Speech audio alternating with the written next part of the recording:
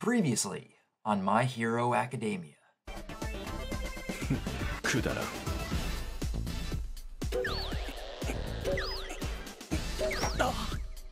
Revelry in the dark.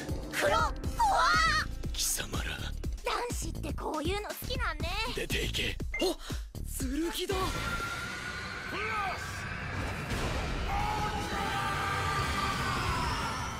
かっこいい出ていけ What's going on, everybody? Sean Ross here, and welcome back to the channel, guys. This episode right here is kicking us off into the second core of Season 3. The back half of Season 3 is beginning with episode 14, or 52 in total.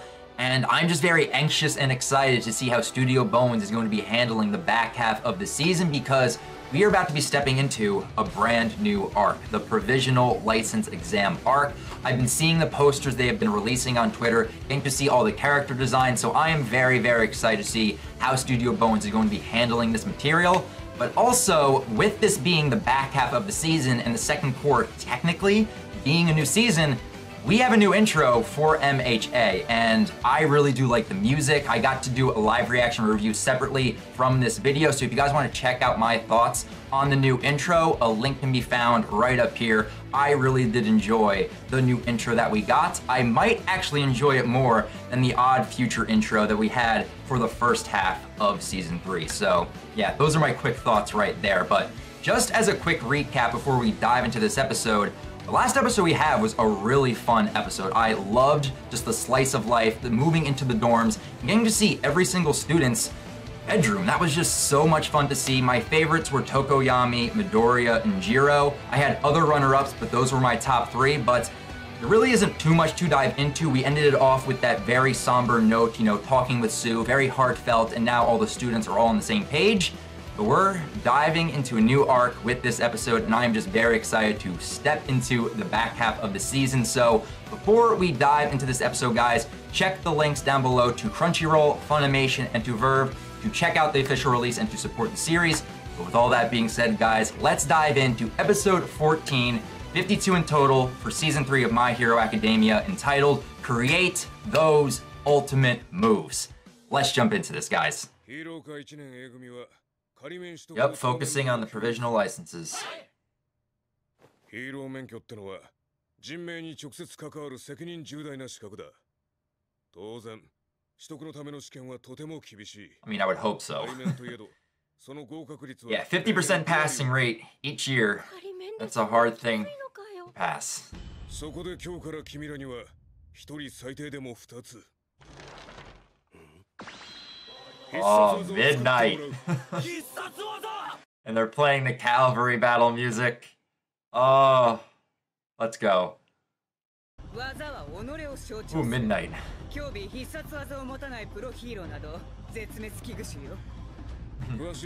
the classic staple of just anything superhero related.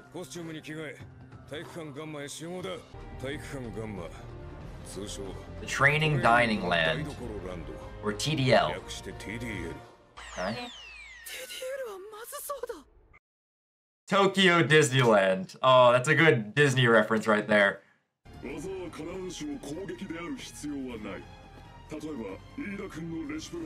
That is true. Iida's Recipro Burst is technically an ultimate move, and we've seen some of the students already starting to develop them.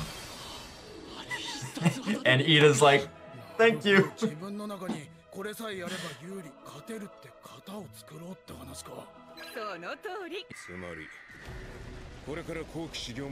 The training hasn't stopped, so for the next 10 days, they're gonna go through their boot camp again. Intensive training has resumed. And they will improve their costumes as well. Go beyond. Plus Ultra.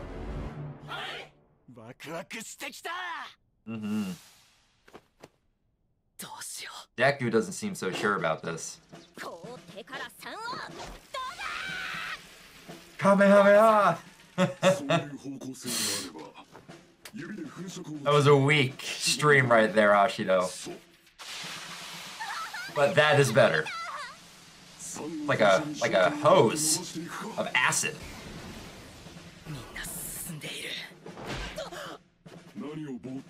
I'm guessing ectoplasm gave a clone to each individual student. That explains why he's everywhere.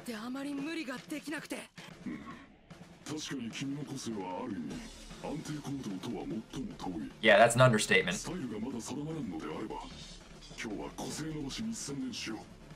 He's been doing that this entire series. Ooh, Toshinori. And he busts out the muscle form.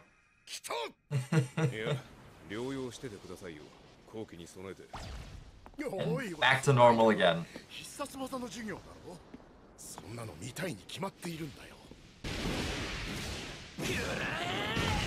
Bakugo's having fun.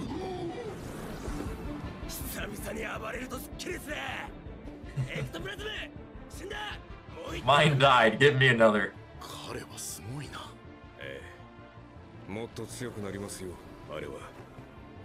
Oh, he's like a kid in a candy store. And Ochiko's just floating in the air, observing.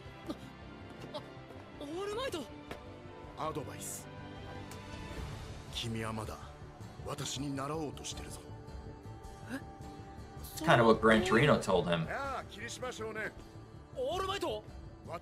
His admiration for All Might kind of shackled him.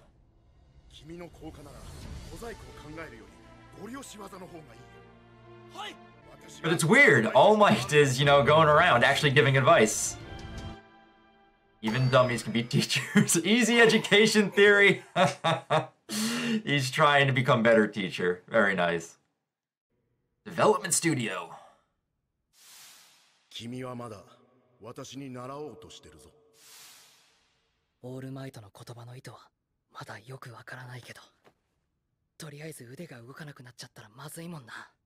That would be bad. You need your arms, Deku.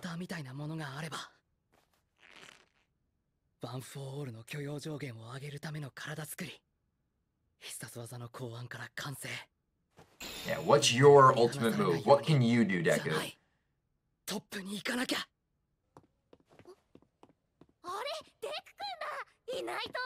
3 together again.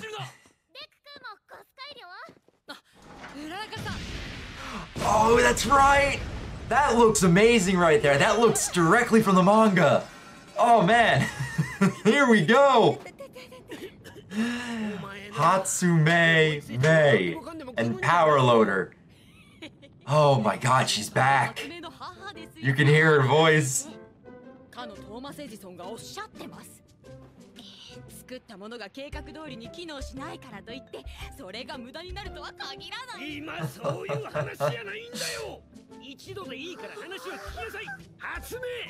Whoa, she's back with her babies. Oh yeah, Deku got a good shot. And Ochiko is jealous.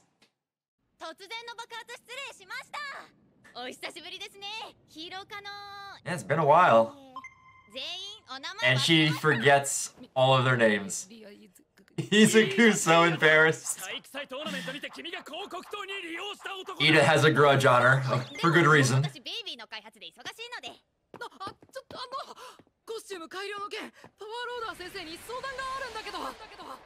Oh, you just said the magic word, Deku.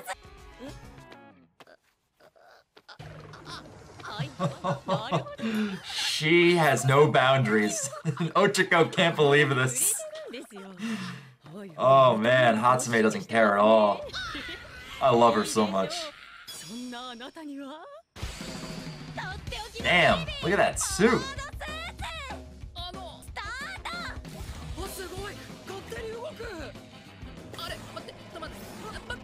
Ooh, ooh, his back. Oh, no, just no. I would not get into any of her inventions. I would, no man, I feel that in my back.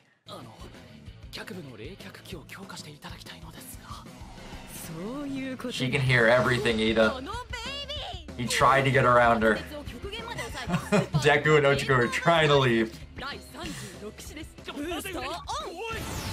He needs boosters on his legs, not his arms. の個性は知らん。Exactly. 知ってます。でもですね、私思うんですよ。足を冷却したいなら腕で走ればいいじゃないですか。 She's not wrong. The logic is just not there. ただまあ、君はもうヒーロー志望なら彼女との縁を大切にしておくべきだよ。Yeah, she will support you when you become pros, exactly. あれを見てごらん。 She will create your support items and あれ全 costumes. 部初音が入学してから作ったサポートアイテ And ム。 she made 休みの時もここへ来て all of those. And that's just the first semester. We are only one semester through. 初音はやはり That's crazy. 常に発想し、思考 You し can't be afraid of failure. イノベーションを起こす人間 It's just, you're succeeding in knowing what not to do. You think outside the box. 君はまだ私に習おうと And that's what Deku needs to do. And I think he's starting to put two and two together. He's connecting the dots. 腕で走ればいいじゃないですか。見えてきた。そういえばうららかさんはどこか改良するの？私はもっと酔いを抑えたくて。 Oh, do not mention that with her around. これなんてどうでしょう。それ爆発しない。 Most likely will, knowing Hatsume. it's smoking. Oh my god, I love having her back. ごめんなさい。 Okay, so 4 days have passed. Ah, Deku's got new gloves. コスチューム変えたのか。腕の負担を減らしてくれるサポーターだよ。 Huh. どうせなら全特会でイメチェン It's す been る a long time, I think, since we had like Deku and Mineta actually have like a legit conversation. Yeah, he's not going to change the look of his outfit since he got it from his mom. なるべく崩さない。ダークシャドウをまとう Ooh, that's like back at the training camp, except not as ferocious. 名付けて Abysmal black body. Abyssal black body. That's cool. That will help him in his short range attacks. Armor piercing shots. The amount of force to do that. Uh-oh. All Might can't protect himself. We have Deku coming to the rescue. They're playing Jet Set Run. They haven't played this in a while. Yeah! Good way to bring the track ナイ back. トの必殺技は基本的に拳。単純すぎて気づきすらしなかった。腕が Oh, look at that. 足をメインに。 Using his legs now. The new souls. One for all, full cowl, shoot style. Oh, that's a nice look. 正解だ Very nice. All Might is impressed, and that's the end already? Wow, I was not expecting it to end so abruptly. I was expecting a little bit more, but okay.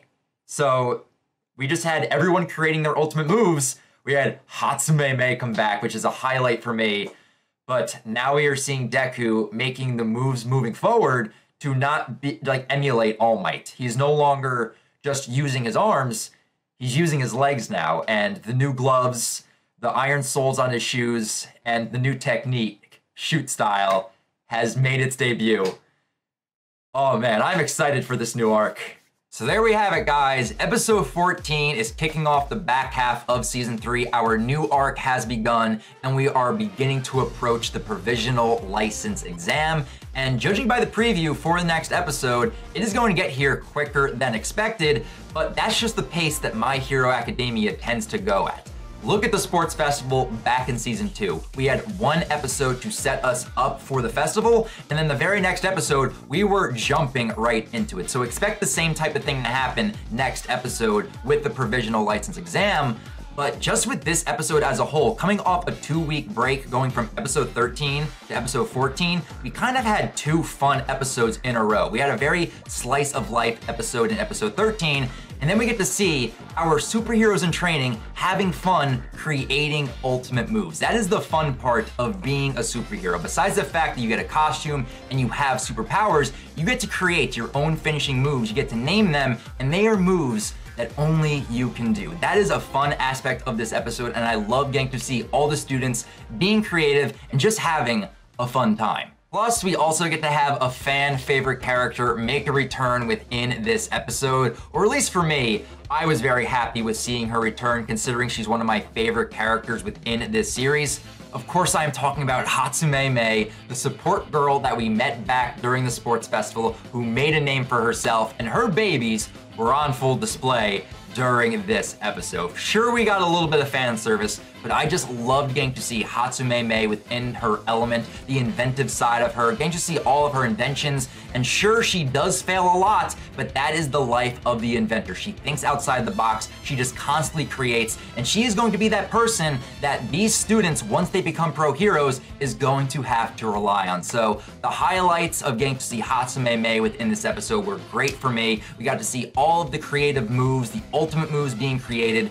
Deku ends up developing his shoot style. There's a lot of cool things to talk about within this episode, but let's start back at the very start of this episode. Right when they were starting to remind us of All Might's retirement, we actually get to see the dorm life at the UA dorms with Class 1A, and I loved this aspect because we just get to see them wake up, they brush their teeth together, they eat breakfast together, and then they walk to class together. That right there just reminded me of college and was very relatable to me. But once we return to the classroom setting, we just have Aizawa break it down to Class 1A how they are going to be moving forward in order to obtain their provisional licenses. Because as it has been stated in a previous episode, the whole reason that they went to the training camp with the Pussycats in the first place was so that way everybody can go through intense training and then obtain their provisional licenses. And we all know how the training camp ended up with villains coming in and things got dark very, very quickly. So before the second semester starts, they have about 10 days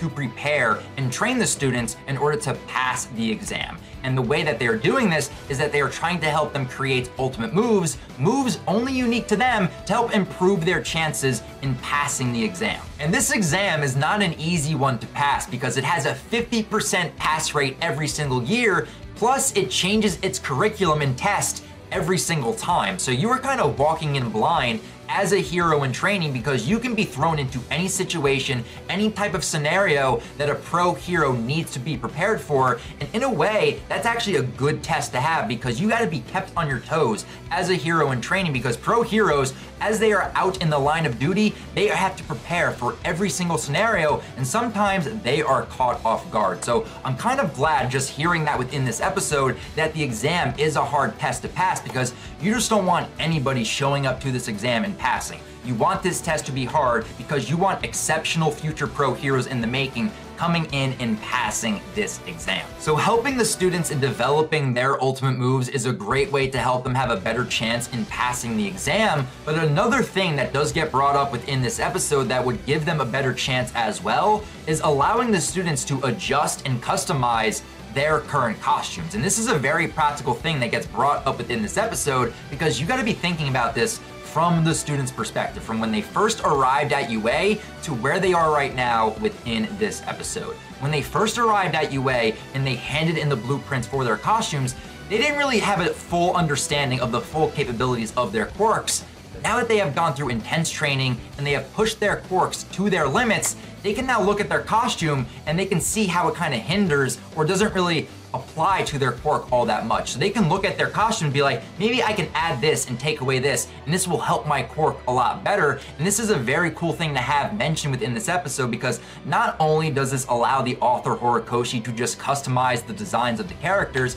but in a practical sense, this could end up helping them in improving their quirks through this intense training. So expect a few new costumes coming in for a few new characters over the next couple episodes. But now let's actually dive into the section where they started talking about the ultimate moves for the students because they actually bring up a pretty good point that ultimate moves don't just have to be offensive. They can be defensive or supportive, but as long as it's a move unique to you, that's all that matters. If it gives you an upper hand in battle, that is your ultimate move. And then we see some Mentos and Midnight and Ectoplasm start to point out that some of the students actually already have ultimate moves already. We have Ida with his Recipro Burst, which is a huge ultimate move for his character. Even Bakugo has developed the stun grenade back during the sports festival, and even Mineta with his Grape Rush technique has an ultimate move. And we also have other prime examples with All Might, Kamui Woods, and Mount Lady, just to name a few. It's safe to say that in the world of My Hero Academia, a lot of pro heroes have ultimate moves. They have moves with names, and that's just the fun part of being a pro hero. But then as we move throughout the episode, we start to get to see the creativity from Class 1A, and the prime examples that I really get to see within this episode come from Tokoyami, Ashido, and Bakugo, and of course Deku by the ending of this episode. With Tokoyami, he ends up creating the ultimate move of Abyssal Black Body, where he basically cloaks himself with Dark Shadow, which is kind of a tamer version of what we saw back during the training camp when Dark Shadow went berserk. But this is a really good ultimate move for Tokoyami because this takes away his weakness of close range combat, because whenever Dark Shadow was out far away from him, he has a bad defense and is bad in close combat. By cloaking himself with Dark Shadow, he takes away that weakness entirely. And then we have Ashido, who ends up developing a long-range acid spit attack to where she cups her hands like this and she can shoot acid long range. So the fact that this girl can now shoot acid at a long range distance is a very powerful ultimate move, and you do not want to get hit with that acid. That's all I'll say about that. But then we move on to Bakugo, who ends up developing the AP shot, the armor piercing shot. It is a powerful move. He focuses in on one single point on his palm, and it ends up compressing the explosion to where it is very powerful, going through the concrete and cement that Cementos ended up creating. And that's just really cool to see. But Bakugo is having the time of his life within this episode. He was like a kid in a candy store. He was in his element, and I just loved getting to see him just having fun, killing all of Ectoplasm's clones, and then shouting down to him, being like, hey, I killed one of your clones. Can you send another one up here? Bakugo was just fun to watch within this episode. But one student who is really having trouble in the beginning of this episode in developing their ultimate move is Deku. And of course you can say that Deku already does have an ultimate move in Full Cowl that helps him in both offense, defense, and with speed, but when it comes to actually developing an attack that he can use, he can't really use his arms all that much. He's too unstable in using his full power, because if he damages his arms 1 to 2 more times, his arms become useless, and his dream of becoming a pro hero basically ends right then and there. So he needs to come up with a different strategy, another ultimate move that he can use that is different from All Might. And I really do like that this gets brought up yet again within this episode, that his admiration for All Might is shackling him down. Gran Torino said this during the internship arc in season 2, and All Might ends up bringing it up again within this episode. And just to add on to All Might just a little bit, that was a really funny section to have, because you see him going around giving advice to Deku, to Kirishima, to Jiro, and you're wondering like, what's going on with All Might? He's just not really that good of a teacher, and then we come to learn that he's been reading a self-help book on how to become a proper teacher. I love that section. I just love getting to see All Might. Even though he's in his Small Might form, he's still a teacher. He can help out these kids because ultimate moves are his bread and butter. So I like getting that funny aspect of All Might, but I also do like the fact that he's not giving the answers to Deku. He's trying to have him figure it out on his own, because if he just gives him the answers, what is the point of teaching? And Deku needs to try to figure it out on his own. That way he can step out of the shadow of All Might. So since he can't really work on his ultimate moves right now, he figures I might as well work on the design of my costume, and he ends up heading over to the development studio. And this is a funny moment right here. And I love the fact that Studio Bones adapted this section beautifully from the manga. As soon as we have Ochako and Ida arrive and we have that explosion, I love the fact that they kept the lettering of bomb in that section. And then we get the reveal that Hatsume returns in this episode. She is laying on top of Deku. Her boobs are out in front, and Deku gets to wake up in the full glory of Hatsume's babies. But we get to see a jealous Ochako during this section. And I know that we've gotten inklings of Ochako's developing feelings towards Deku over the course of this series, but I honestly just like getting to see this side of Ochako just being jealous just a little bit as she is seeing Hatsume lying on top of Deku's body with her boobs basically hanging out in front of his face, and then later on during that section just feeling up his body and Deku just standing there nervous as can be, because Hatsume isn't doing this for no reason. She's trying to see what type of physique Deku has, see if it matches with any of her inventions. But I just love the surprise looks coming from Ochako. We know that she has these feelings. She doesn't know what these feelings are just yet, but during the back half of season 3, for these next couple of episodes, we will begin to dive more into that dynamic, into those feelings, and I am just really excited to see them being fleshed out in the back half of this season. But of course, we have some hilarious and funny scenes going down during this section as we see Hatsume just tossing her babies over to Deku, Ida, and Ochako to try out. Some of them are more safe than others, and they're not really matching up with what these three are looking for in order to improve their costumes and to help out with their quirks. But when it comes down to it, Hatsume is an inventor at heart. She loves creating things. She thinks outside the box. And as soon as she has an idea, she is going to start creating. And sure, it may be a failure, but for an inventor, failure leads to success. So the more that she fails, the more success she will end up having. And we even have it demonstrated within this episode that for the first semester at UA, for the first 4 months, she has created a ton of inventions because that is just who Hatsume is. She is a character that loves to invent, and she is hoping to become that support person that all of the pro heroes comes to in order to help out with support gear or for customizing their costumes. And it's a good thing that this gets brought up within this episode because once Deku and Class 1A and Class 1B and all of these heroes in training become pro heroes, they will be looking to Hatsume for support. She will become everyone's sidekick in a way to where she will customize their support gear and their hero costumes. They will need to rely on her, and it's good that she's actually has this within her, this desire to invent, because you need that in a person in the support group in order to help you out in your pro hero duties. And with all this information that Deku is getting from Hatsume and Power Loader, and by thinking outside of the box, he ends up reflecting back on his journey thus far, thinking about what Gran Torino has told him, what All Might told him within this episode, and thinking about how his admiration for All Might is shackling him down in a way, and he eventually clears his mind and comes to the realization and discovers he can just use his legs instead of using his arms.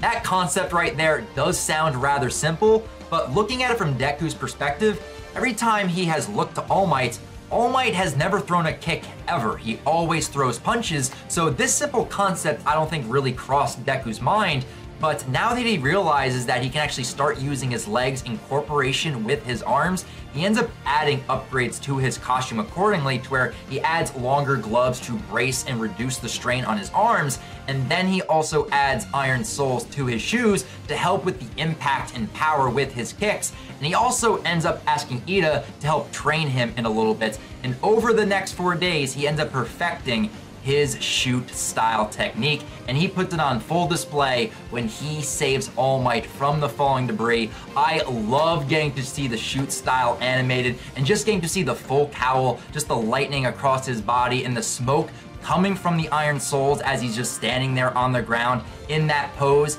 and just seeing the smile coming from All Might, being a proud dad in that moment, seeing that this young man Midoriya is finally starting to step out of All Might's shadow. He is incorporating kicks. He found a move that is unique to Midoriya. This is something that All Might would never have done, and thus shoot style has been born.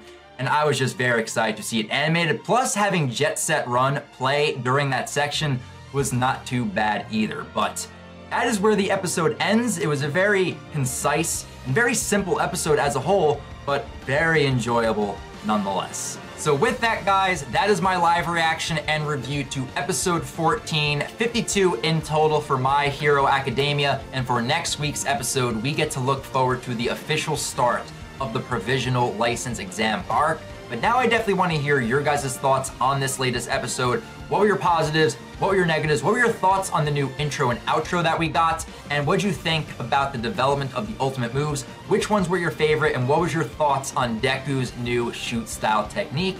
Leave your thoughts down in the comments below, guys. And if you guys want to talk more about My Hero Academia outside of YouTube, feel free to follow me on Twitter, guys. A link to my Twitter account can be found in the description down below. Though I do want to warn the anime onlys, I do talk about the manga on my Twitter, so just fair warning. But with all that being said, guys, I am very much looking forward to episode 15, 53 in total next week for My Hero Academia. But until then, guys, I'll talk to you guys later. But remember, go beyond plus ultra.